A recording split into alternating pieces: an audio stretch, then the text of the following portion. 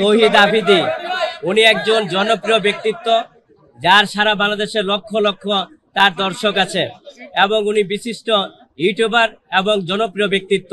আজকে ওনাকে যাত্রাবাড়ি থানার একটা মামলায় গ্রেপ্তার করে 7 দিন রিমান্ড চাওয়া হয়েছে।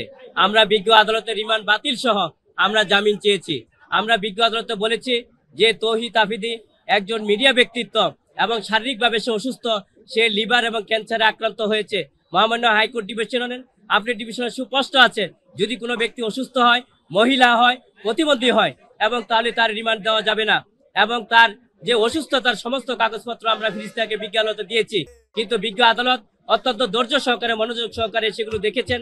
পরবর্তীতে আমরা ওনার জামিন চেয়েছি এই কারণে যে এই ঘটনার সাথে সম্পৃক্ত নাই, যে এই মামলায় 11 নম্বর এজাহারভুক্ত আসামি, এই মামলার যে বাদী, সে হলফ করে বলেছে যে এই মামলায় তার এই তৌহিদ আফ্রিদি এবং তার বাবা নাসির উদ্দিন সাথী এই মামলায় সম্পৃক্ত না, ভুলবশত কারণে তাদের নাম উঠেছে, সেখানে তারা অব্যাহতি পেলে, মামলা থেকে খালাস পেলে বাদীর কোনো আপত্তি নেই, হলফ করে বলেছে বিজ্ঞ আদালতে।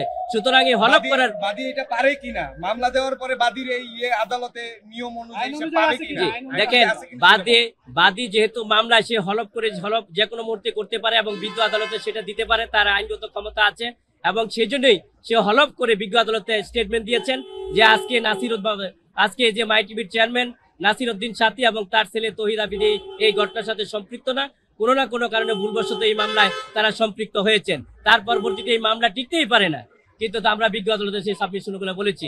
আজকে যে আদেশ হয়েছে 7 দিন রিমান্ড চাওয়া ছিল, 5 দিন রিমান্ড চেয়েছেন এবং আজকে জামিন নামঞ্জুর করেছেন, সে আদেশে আমরা সংক্ষুব্ধ হয়েছি।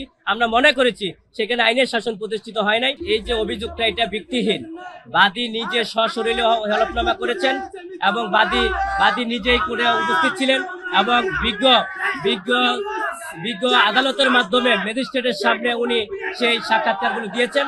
সুতরাং এই যে অভিযোগটা, এই অভিযোগটা সম্পূর্ণ ভিত্তিহীন এবং উদ্দেশ্য প্রণোদিতভাবে করা হয়েছে। সম্পূর্ণভাবে বাদী স্বেচ্ছায় এই বক্তব্যগুলো দিয়েছেন, হলফনামা দিয়েছেন এবং তার স্টেটমেন্টগুলো দিয়েছেন বিজ্ঞ আদালতে। সুতরাং এখানে ভুল বোঝাবুঝির কোনো অবকাশ নেই এবং বলা যাবে না যে এটা বাদী দিয়েছে না, এটা বলা যাবে না। এই অভিযোগটা সম্পূর্ণ ভিত্তিহীন